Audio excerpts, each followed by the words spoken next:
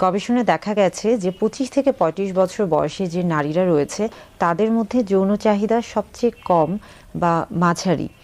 আবার 35 থেকে 45 বা 40 বছরের যে নারীরা রয়েছে তাদের মধ্যে যৌন চাহিদা সবচেয়ে বেশি কাজ করে, এবং একইভাবে 45 বছর বা 40 বছরের পরে যে নারীরা রয়েছে তাদের মধ্যেও যৌন চাহিদা আস্তে আস্তে কমতে থাকে।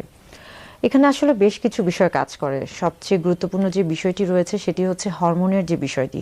যেহেতু মেয়েদের শরীরে হরমোনের একটা বিষয় কাজ করে, এবং আমরা জানি যে মেয়েদের শরীরে একটি অন্যতম ক্রিয়া হচ্ছে মাসিক, এবং তার সাথে কিন্তু বেশ কিছু হরমোন জড়িত।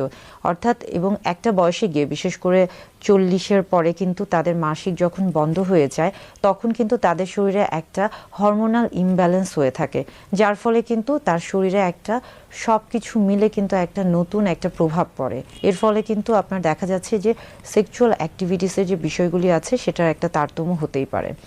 আবার অনেকে মনে করেন যে 25 থেকে 35 বছর বয়সে সবচেয়ে বেশি যৌন উত্তেজনা থাকা উচিত নারীদের ক্ষেত্রে, কিন্তু আসলে দেখা যায় যে 25 না, বরং 35 থেকে 40 এই বয়সটা, বা 32 থেকে 40 এই যে মাঝারি যে বয়সটা, এই বয়সেই আসলে নারীদের যৌন চাহিদা সবচেয়ে বেশি থাকে।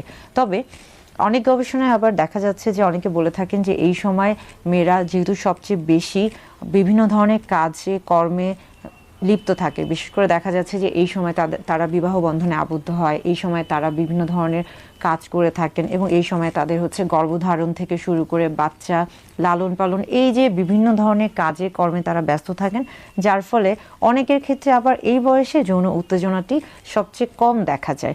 আসলে এটা মূলত দেখা যাচ্ছে যে সে যেহেতু বিভিন্ন কার্যকলাপে লিপ্ত থাকে, যার কারণে আসলে সে ওইভাবে সময় পায় না, বা তার যে মানসিক যে তৈরি, একটি শারীরিক সম্পর্কে আবদ্ধ হওয়ার ক্ষেত্রে যে মানসিক যে তৈরি বা প্রস্তুতিটা দরকার হয় সেই সময়টা আসলে সে পায় না।